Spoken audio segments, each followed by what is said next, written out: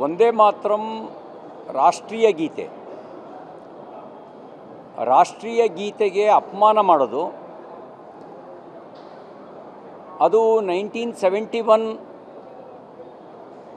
ಆ್ಯಕ್ಟ್ನ ಪ್ರಕಾರ 1971ನಲ್ಲಿ prevention of insults to national honour act, prevention of insult to national honour act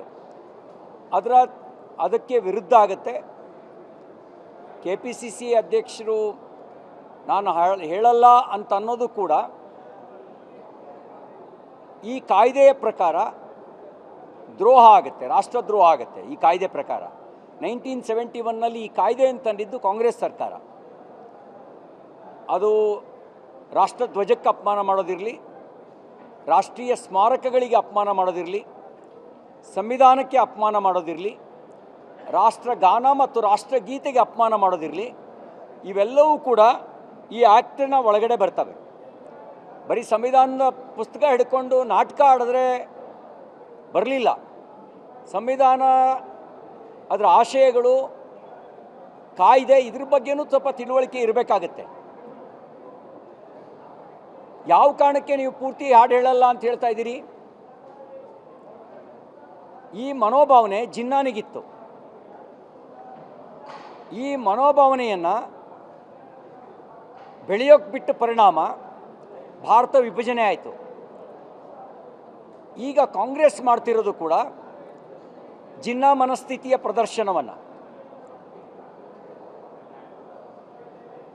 ಕೋಟ್ಯಾಂತರ ಜನರಿಗೆ ಪ್ರೇರಣೆ ಕೊಟ್ಟಂಥ ಸ್ವಾತಂತ್ರ್ಯ ಹೋರಾಟಕ್ಕೆ ಮಂತ್ರವಾಗಿದ್ದು ವಂದೇ ಮಾತರಂ. ಆ ವಂದೇ ಮಾತರಮನ್ನು ತುಂಡು ಮಾಡೋದ್ರ ಮೂಲಕ ದೇಶವನ್ನು ತುಂಡು ಮಾಡೋದಕ್ಕೆ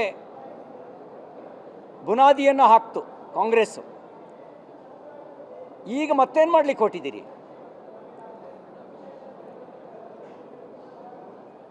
ನಾನು ಹೇಳಲ್ಲ ಅನ್ನೋದು ನಿಮ್ಮ ಸಂವಿಧಾನ ವಿರೋಧಿ ಮನಸ್ಥಿತಿಯನ್ನು ತೋರಿಸುತ್ತೆ. ಸಾರ್ವಜನಿಕವಾಗಿ ಸರ್ಕಾರಿ ಕಾರ್ಯಕ್ರಮಗಳಲ್ಲಿ ರಾಷ್ಟ್ರಗೀತೆ ಮತ್ತು ರಾಷ್ಟ್ರಗಾನವನ್ನು ಹೇಳಲೇಬೇಕಾಗತ್ತೆ. ಅದನ್ನು ಉಲ್ಲಂಘಿಸಿದರೆ ಕಾನೂನಾತ್ಮಕ ಕ್ರಮವನ್ನು, ಎಷ್ಟೇ ದೊಡ್ಡವರಿದ್ದರೂ ಕೂಡ ಅವ್ರ ಮೇಲೆ ಕಾನೂನು ಕ್ರಮ ಆಗೇ ಆಗುತ್ತೆ.